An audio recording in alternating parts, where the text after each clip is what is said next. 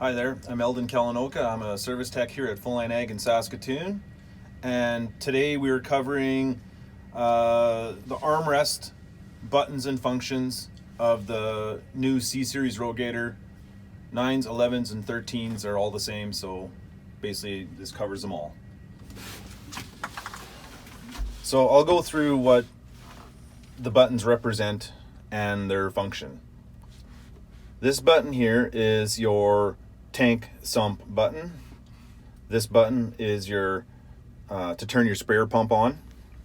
This is your main valve. This isolates basically your back booms from the front of your system. So if you're going to be spraying, you need to have all three of these buttons on. This is your full boom breakaway reset. So if you manage to contact something with your main boom and the full boom breakaway allows the boom to fold back, this is how you would reset it. So hopefully you're careful enough and that doesn't happen. This is your boom recirculation. So basically the new C-Series has a continuous boom. So instead of spraying at the end of the field to prime your boom, you can have this button on prior to spraying and it will circulate all your product fully through your booms, so there's no dead spots, no hot spots, and your chemical is in full suspension. This is your system maintenance button. Basically, I'll cover it further in the AccuTerminal video we're going to produce later, and I'll explain it better then. This is your auto boom fold. Basically, it's one touch. You hold the button, and it will completely unfold your booms and completely fold your booms.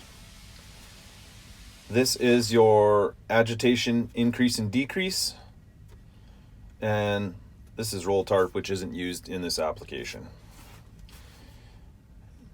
This is your auto fold presets if you have auto wheel track machine.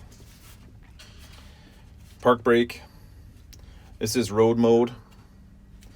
This is automatic transmission mode. Basically, it matches engine RPM to your desired speed and will control throttle for you. And then this is cruise increase and decrease while you have cruise on, and I'll explain that further in the later videos. These switches here are manual fold and unfold switches for your booms.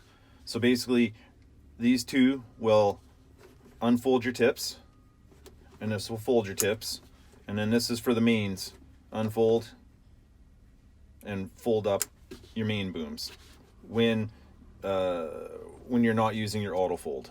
This is your manual throttle. So that's idle, full throttle, except when you're in automatic mode, this becomes non-functional and you don't use this. And the machine will choose the right speed for you and engine RPM. This is your boom section switches. These two are fence rows. These two are foam marker if you have foam marker.